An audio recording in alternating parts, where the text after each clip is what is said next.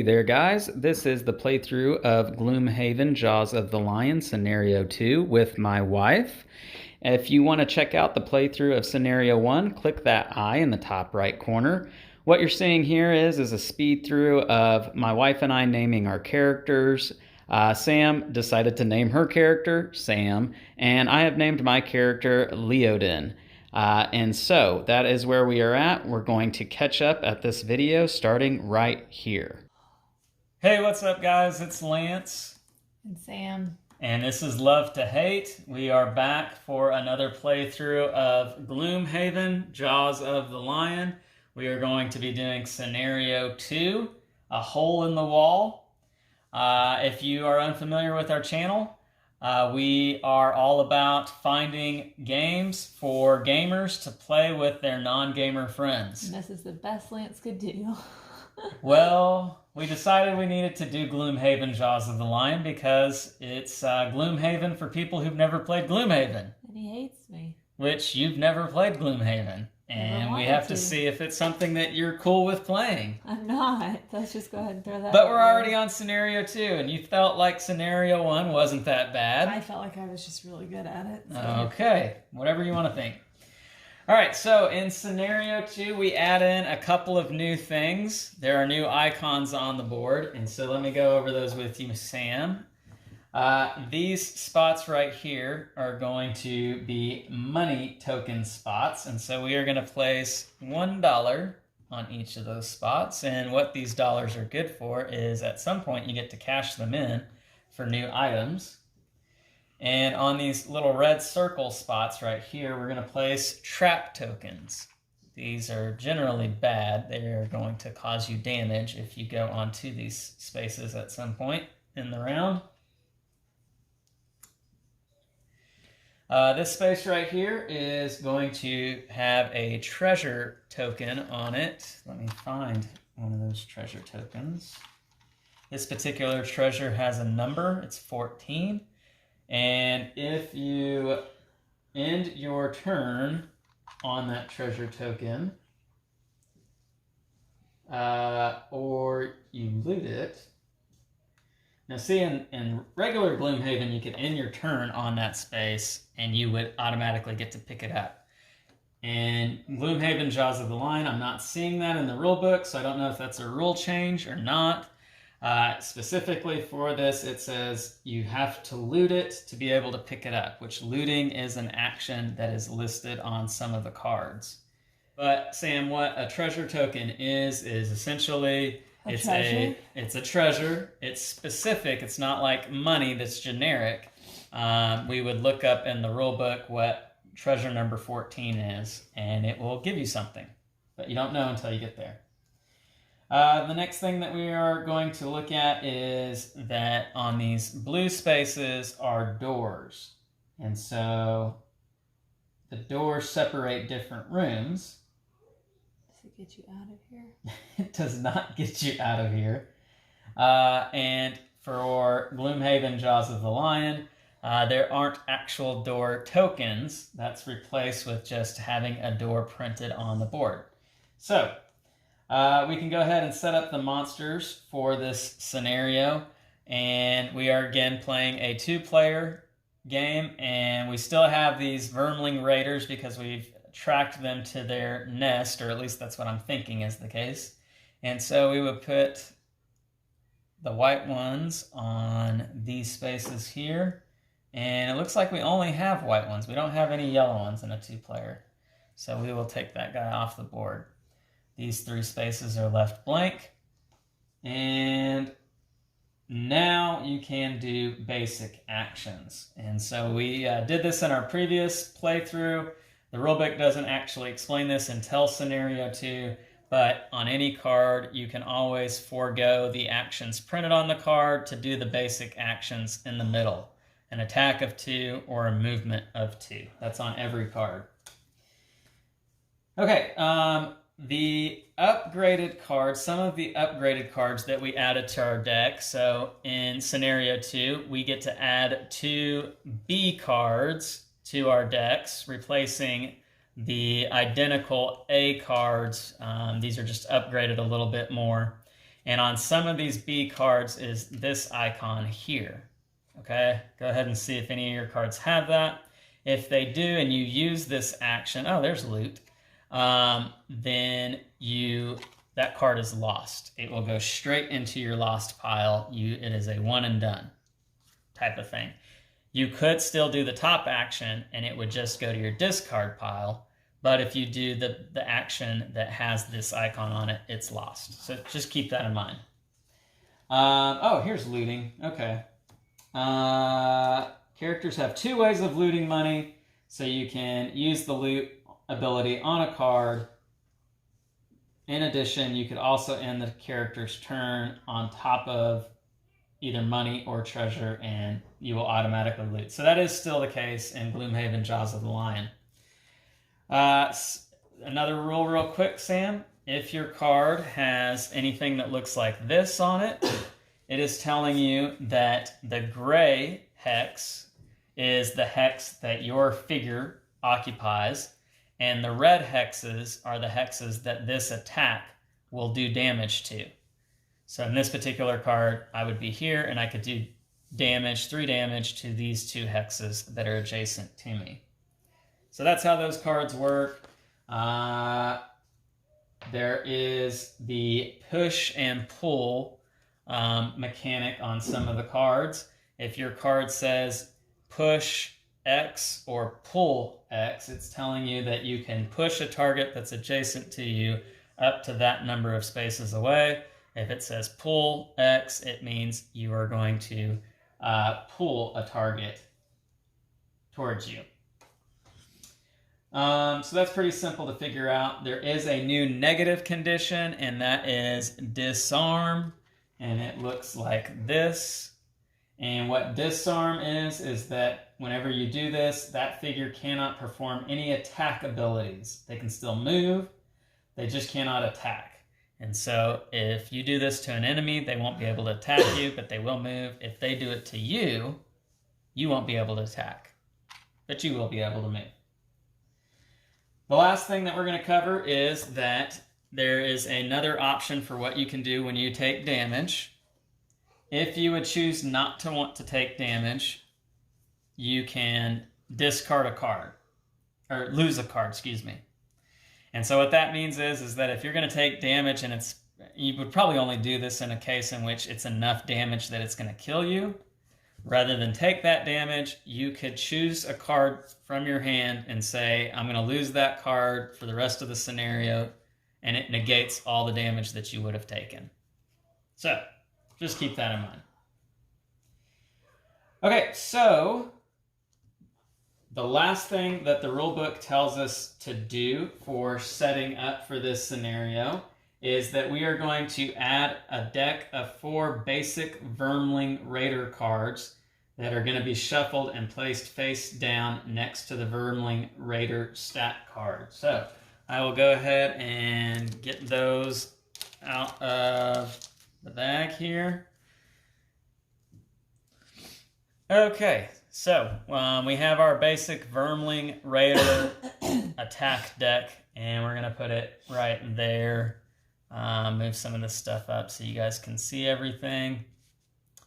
And so, Sam, what this deck does now is the Vermlings will no longer do just a basic movement of 1, attack for 2 if you're adjacent to them. Instead, we flip this card over after we've picked our cards and flip those over, and it's something random. Sometimes they move and attack, sometimes they don't, sometimes they do other things. We won't know until we get there. So just be prepared for that. Our goal is to kill all the enemies. We have 5 on the board, and we get to pick one of these 4 spots to start. So Sam, why don't you go ahead and put your character in there first. And I'll go ahead and be here. Oh, looks like I forgot one of the money spots here. And making sure I didn't forget anything else. All right, so I'll go ahead and read the introduction. The tracks are easy to spot. Vermlings have never been known for their subtlety. You follow the scratching and indicators of a body being dragged until you find yourself approaching the walls of Gloomhaven. The sun is very low, but something isn't right. That isn't just a shadow cast across a lower section of the wall. It's a hole. The vermlings have made a nest for themselves by burrowing into the wall itself. How industrious. You crouch low and try to sneak closer, but they must have guards watching the entrance. There is a shrill shrieking, and then a number of vermlings jump from the dark, brandishing their dull, poorly made weapons. No choice now but to defend yourself. Luckily, you've managed to get your second wind, but you will definitely need a nice long bath after this ordeal. Okay, special rules. Make sure each character has swapped out 2 of their ability cards marked A for the B cards of the same name, so their starting hand still consists of 6 cards. Okay, so we have our 6 cards, and we begin. So go ahead and pick 2 cards that you want to do, Sam.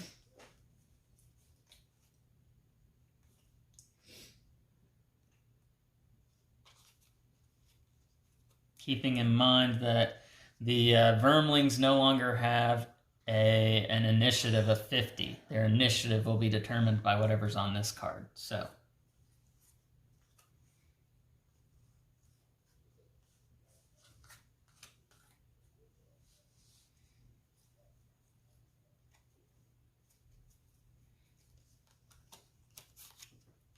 you ready?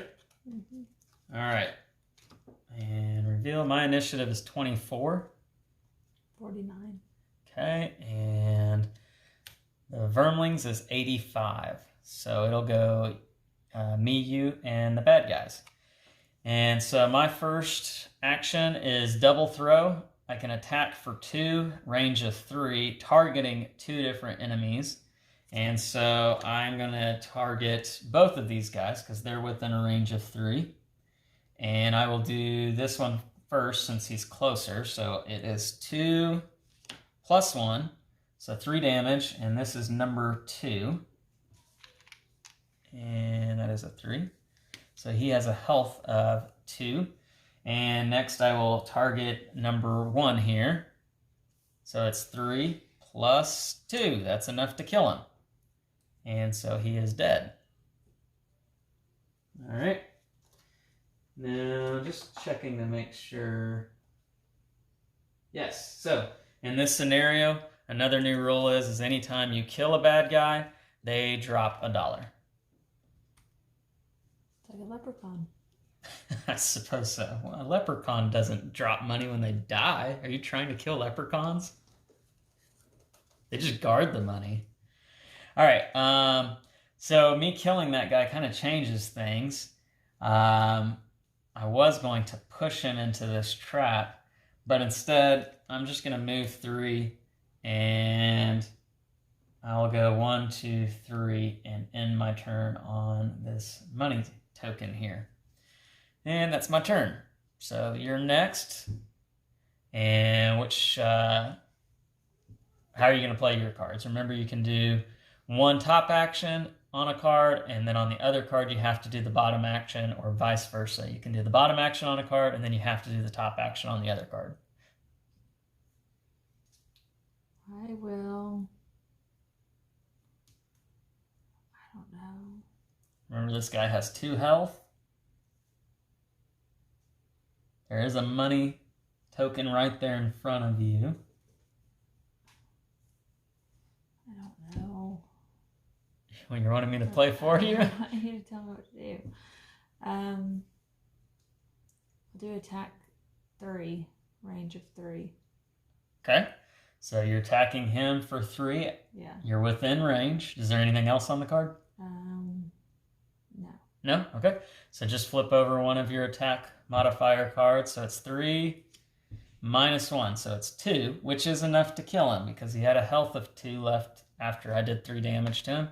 So he is dead. And we will add a money token to where he was. So go ahead and put that card in your discard. And now you have to do the bottom action right here. You have to do the bottom action of the other card, or you can just do a simple movement of 2. One ally within range of 3 may perform an attack of 6. Oh, man. If they do this, the ally suffers 2 damage. Well, I'm not adjacent to anyone, so I can't attack. Since there's no range on that, I'm assuming. 3. Well, that's range for you. Oh. You have to be within 3 of an ally, but that attack has no range. So I can't do it, so you could just use it as a basic movement of 2. Okay. So where do you want to move? Wherever I can get money. Okay. Right there? Yep. All right. So that is the end of your turn, and we will go to the bad guys. And so the bad guys card says, push 1, target all adjacent enemies. Well, none of the bad guys are adjacent to anybody. And so the next thing says, attack. We would add 1 to their attack with a range of 2. They're not in a range of 2 of either of us, and so that attack does nothing. So that's the end of their turn. The card does tell us we're going to reshuffle their deck. We get to pick up our money that we're on, so go ahead and do that. Just put that on your board. And that is the end of the round. And go ahead and start thinking about the next 2 cards you'll want to play for this round. Oh, I'm thinking about it. And we'll flip these back over.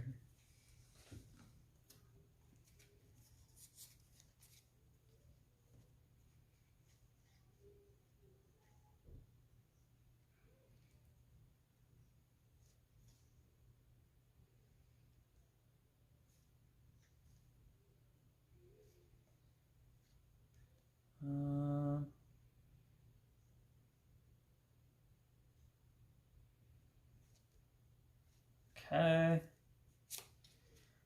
think I'm ready. Are you ready, Sam? Yep. Okay. Go ahead and reveal. Mine's 35. Oh, I haven't picked any yet. You said you were ready. Sorry. This is what playing with a non-gamer looks like. Yeah, I'm ready.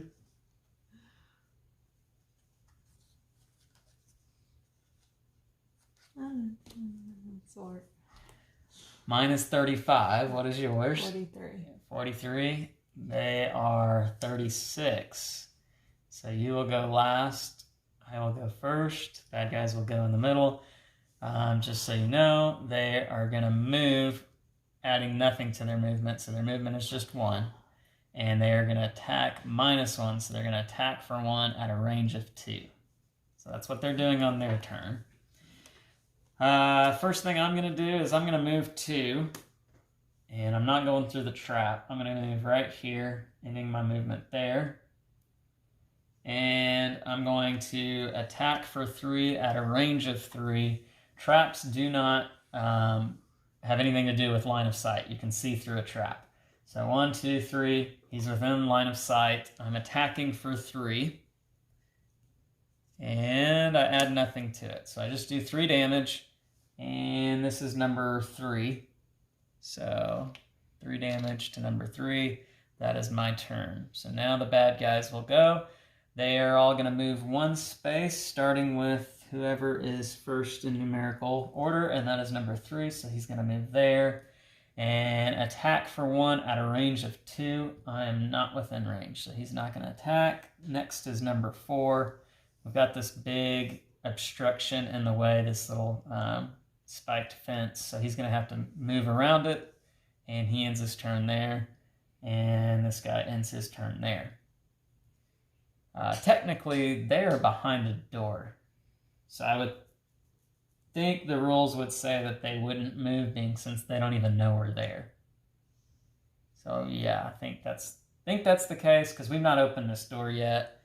And they don't even know we're there. So it's just this guy that we're really dealing with. For those of you out there that are watching, feel free to correct me in the comments if you think I did that wrong. But no, because then I'll make us play it again. We're not going to play it again. I don't think we're going to lose. So, all right. So the bad guys have gone. And next it is Sam.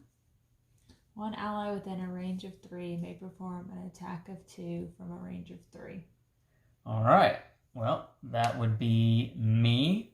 since I'm within range of 3 of that guy, and it's an attack of 2, you said? Yes, with your modifier deck. Okay, and so if it just stays 2, he would die because he has a health of 2. And it's times 2. Well, that's kind of wasted, but nonetheless, he is dead. It's not wasted. Well, I meant the multiplier is wasted. All right, what's your other card say? Move 4.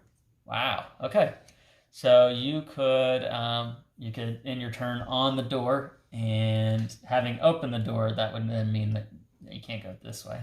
But there's a wall right here. So where was I? Right here. So where are you? I mean, you got to go around the wall. 1, 2, don't kill me. 3, 4. All right. That's the end of your turn. That's the end of everybody's turn. I get to take that money there. I have to reshuffle my attack modifier deck.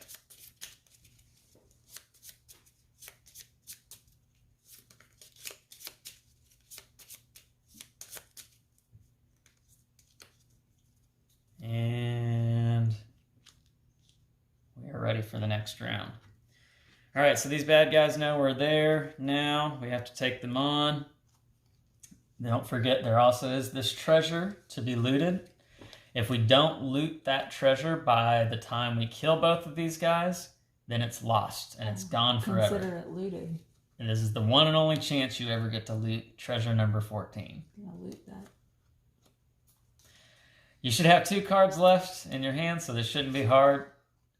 You have to go with the initiative the lower of the 2, and so mine is 18. 23. And the bad guys are 50, so it is me, you, then the bad guys. All right. And I am going to move 5. Going 1, 2, 3, 4, 5. And I'm going to do close cuts, which is this one that lets me attack like this, doing an attack of 3 and all those red hexes. There's only one enemy next to me, and so I will attack him for 3 plus nothing, and so that is 3 damage to number 6 here. He has 2 health left. That is it for me. It is on to you, Sam.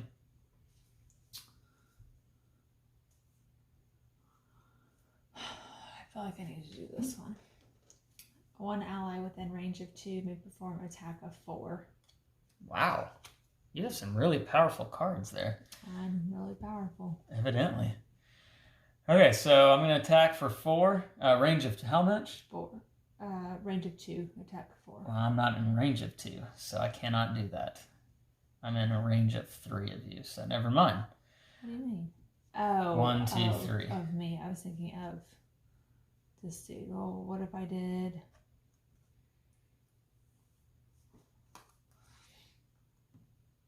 What's muddle? Muddle is where whenever you play that on a character, that character gains disadvantage for their next turn. Meaning we would flip over 2 cards, taking the worst for that character. Well, none of these are going to work. The top one of that is force one enemy within range of 3 to perform attack of 3. Targeting an enemy of your choice adjacent to them. Yeah, so that wouldn't be worth anything. So you can always use your basic actions, meaning playing one to move 2 and playing the other to attack for 2. Being since you're 2 spaces away, you could do that. Yeah, I guess I should move 2 first. Okay, so play one of them for movement of 2. And then you're going to play the other one for a basic attack of 2. Okay. So you're attacking for 2, and you're going to flip over 1 card. And -1. So it has 1 health left. You'll put that other card in your discard. Unfortunately, we didn't kill him, so he is going to probably do something to us. They are going to move 1 plus 0, starting with this guy, so he will move 1. We're adjacent to him, and so we're not going to move, or he's not going to move. And then attack plus 0, and so just straight to attack, and again, I think we choose which one he's going to attack. I feel like in original Gloomhaven, this was determined by initiative, so we'll just do that. I had the higher initiative, and he's going to attack me. So it is 2 plus 0, so I take 2 damage. I am down to 6 health. And that is the end of the round. And so go ahead and do a short rest, Sam, taking all your cards in your discard pile, shuffling them up, and choosing one at random to place in your lost pile. No! I lost my loot card. I lost my frickin' muddle card. Yeah, you sound very tore up about that. I mean, it's the worst. Okay. So next round, this guy's got 1 health left. This guy's got full health. We've got that treasure over there to get. Go ahead and pick your 2 cards for this round, Sam.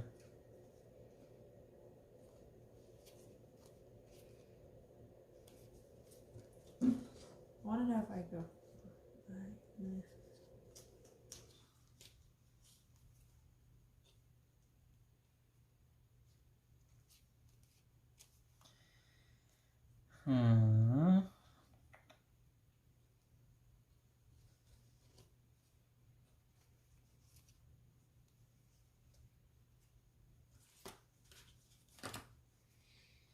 All my attacks are ranged, which I could have known that by the fact that he's carrying around a quiver of arrows on his back. I'm carrying around a book. What does that say about me? You're worthless. Clearly not. All right, I'm just going to go with these 2. Okay, you have your initiative figured out? Sure. All right. Last time you said that and you didn't. Yeah, well, because I wasn't paying attention. I'm 35. I'm 31. 43. 43. So I'm going to go ahead of you. And bad guys are going to be 85. So it's the same order as it was last time. All right, so the bad guys are going to be doing push of 1, targeting all adjacent enemies, and attack plus 1. So they're attacking for 3 this turn at a range of 2. So there's that. I go first.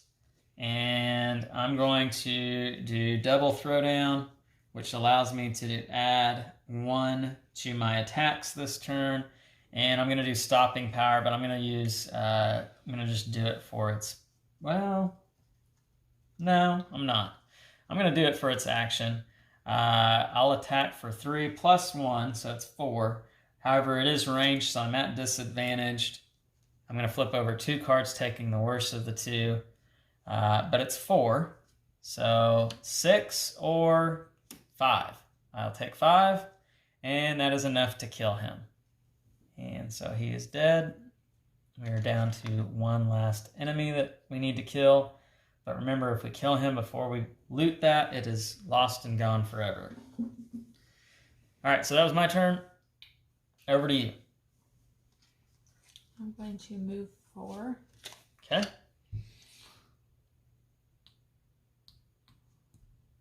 Not going for the treasure. Don't we need to kill him first? No, remember I just said if we kill him first, Oh. all the treasure's lost. Where was I? Right there. Okay? So you're stopping on the treasure. Yes. What does your other card let you do? Crap. I was looking at the top of both of them. Oh, wait, no, I did move 4, so I do the top. Yeah. Attack 3, range of 3. Okay. So you can do that because you're within 3. So it's 3 plus whatever's on the card. Yeah. So we're going to do 3 damage. And this is number 4. So he is at 2 health. And your turn is over. So now he is going to go. He's going to push anything adjacent, which nobody is. He is not going to move. He is going to attack for 3 if you're within 2. You are not within 2. nor am I, because he can't shoot me through the obstruction. So he's not going to attack. And that is the end of his turn. And so we start the round over. You do get the treasure, so you take the token. We'll find out what it is at the end of the scenario. We reshuffle his deck.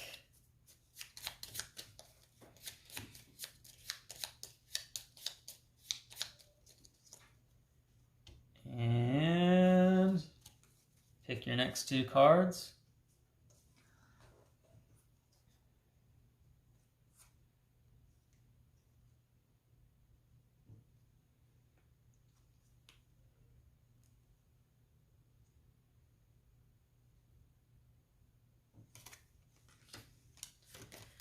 Okay, you ready?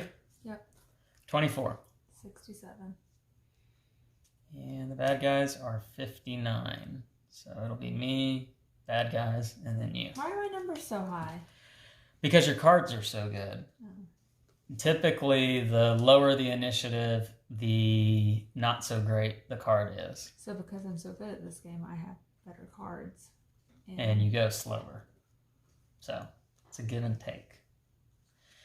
All right, I am going to move 2, 1, 2, and then I do 1 damage to all adjacent enemies, and that is 1 damage to him. He has 1 health remaining, and I will do a basic attack of 2, -1, which is 1, and that is enough to kill him. Mm-hmm. So that's the end of the scenario. All monsters are dead. What's and my treasure? I will find out here in a second. I got to read the conclusion first. All right, conclusion. With the foul nest cleansed of those wretched creatures, you take your time searching every nook. Surely, the city guard will want to know about this. It can't be safe to have vermlings tunneling through the walls. It's hard enough to fend off their raids as it is. Eventually, you do manage to find an unexpectedly large amount of gold under some rotten wooden boards. Sifting through the treasure, you also find a strange note. In crude scratching, it details some business arrangements between the vermlings and someone by the name of Roland. Apparently, in exchange for supplying fresh corpses, Roland would pay the vermlings in gold, and judging by the amount here, the vermlings managed to kill quite a few people before you put an end to it. It's the best lead you have, so it's time to ferret out this Roland character. After resting at the Sleeping Lion, of course. Alright, so our reward is we gain 25 gold each, and we will write that on our player boards here. So Sam, take your pen and on your pad there under gold notes, you're going to write 25. And we now are able to purchase items at the item shop. We can purchase items 1 through 13. And we're going to add a new location to the board, the Black Ship. That is number 3. And it will be added to D5 on the board here.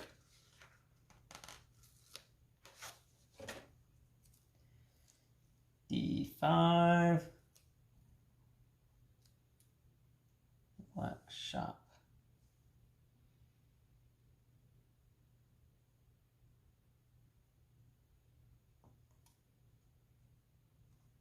Right there. All right. Very nice. Okay, so you want to know about your treasure. Okay, so treasure number 14, Sam. You get 3 money. That's it? That's it. I wanted jewelry. Or a crown. There may be some jewelry later on in the game. Or a sword.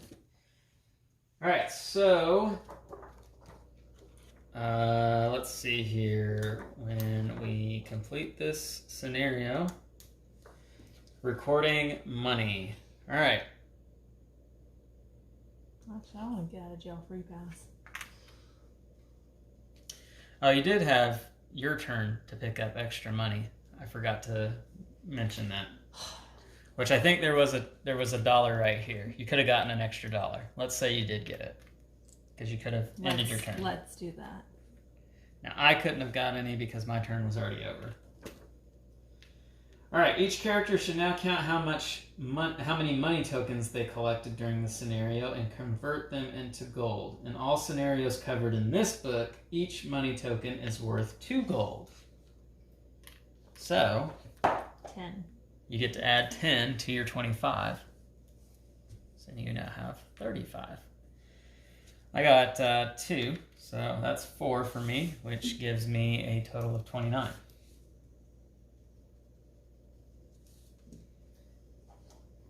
And that is it for that.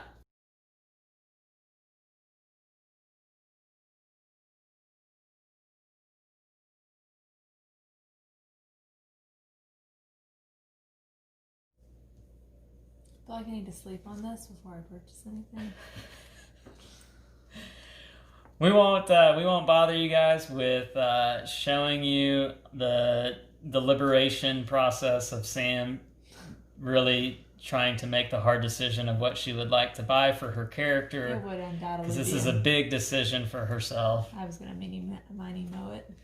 And we'll just fast forward through this for you guys and let you know later on which one she picks, as well as myself. Hopefully this was helpful to you guys. This was scenario 2. Again, we are doing Gloomhaven with somebody who hardly ever plays board games here. That is the idea with our videos. If you thought this was helpful or entertaining, please consider liking and subscribing. This has been Love to Hate. Eeny, meeny, miny, mo. Catch a tiger by its toe. My mom said to pick the very best one, and you are it. Healing poison. I feel like that's a good one. You don't even know what it does.